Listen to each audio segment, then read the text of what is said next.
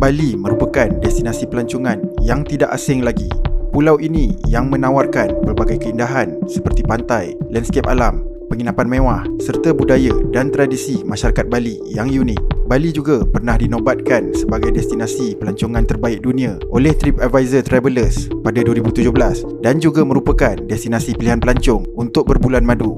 Namun, sejak beberapa tahun kebelakangan ini, industri pelancongan yang tidak terkawal di Bali telah menimbulkan beberapa kesan buruk kepada alam sekitar, ekonomi dan masyarakat tempatan. Banyak penempatan penduduk asal pulau ini yang telah berubah menjadi kawasan mewah untuk dijadikan kawasan pelancongan. Perkara ini telah menyebabkan segelintir penduduk tempatan terpaksa berpindah kerana tidak mampu menanggung kos sara hidup yang semakin meningkat. Selain itu, infrastruktur jalan raya yang terbatas telah menyebabkan kesesakan lalu lintas yang semakin kritikal, terutama di beberapa kawasan seperti Kuta, Seminyak dan Ubud tanpa pengurusan yang efektif dari pihak kerajaan. Keindahan alam semula jadi dan warisan budaya yang unik di Bali mungkin terancam dan tidak dapat dipertahankan lagi pada masa akan datang.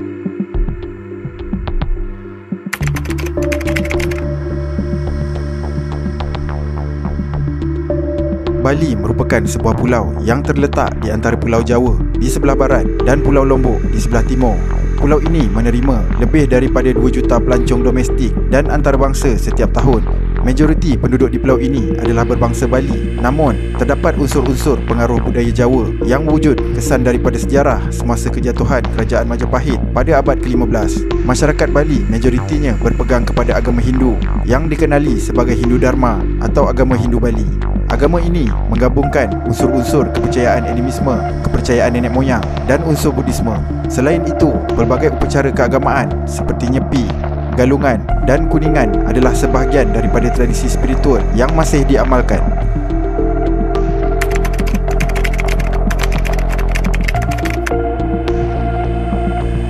Pada asalnya, kebanyakan penduduk di Bali bekerja sebagai petani dengan mengusahakan penanaman padi yang merupakan sumber ekonomi utama di pulau ini. Selain itu, terdapat juga beberapa aktiviti ekonomi yang lain seperti perikanan dan kraftangan. Namun, bermula pada era 1960-an, pulau ini mula dijadikan sebagai destinasi pelancongan. Presiden Soekarno selaku pemimpin ketika itu telah membina Hotel Bali Beach di Pantai Sanur yang menjadi hotel moden pertama di Bali. Kerajaan Indonesia juga sering mempromosikan Bali sebagai salah satu destinasi pelancongan antarabangsa. Menjelang tahun 1990-an, Bali menjadi salah satu destinasi paling popular di dunia dengan pertumbuhan pesat dalam industri perhotelan dan pelancongan serta menarik ramai pelancong antarabangsa terutama daripada Australia dan Eropah.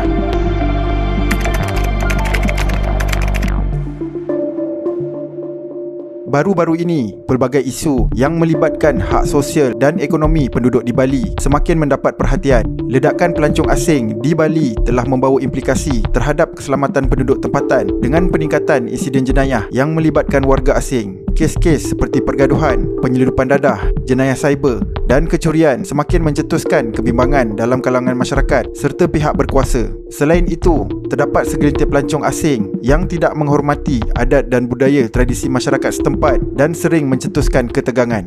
Peningkatan industri pelancongan yang pesat di Bali juga telah menyebabkan masalah kesesakan lalu lintas yang teruk.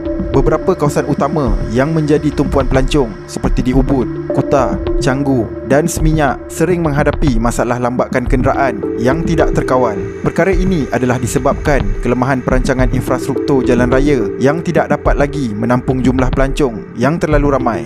Salah satu lagi isu yang timbul ialah peningkatan harga tanah dan rumah yang meningkat secara mendadak terutama di beberapa kawasan utama disebabkan permintaan yang tinggi bagi pembangunan industri pelancongan.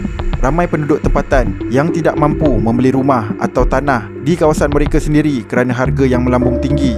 Menurut laporan dari Badan Pusat Statistik Bali, sebahagian besar hotel, resort dan villa mewah dimiliki oleh pelabur asing atau syarikat luar, manakala penduduk tempatan lebih banyak bekerja sebagai buruh dalam industri perhotelan dan pelancongan dengan gaji rendah. Ini bermakna keuntungan besar yang diperolehi dari sektor pelancongan di Bali lebih banyak mengalir ke luar negara.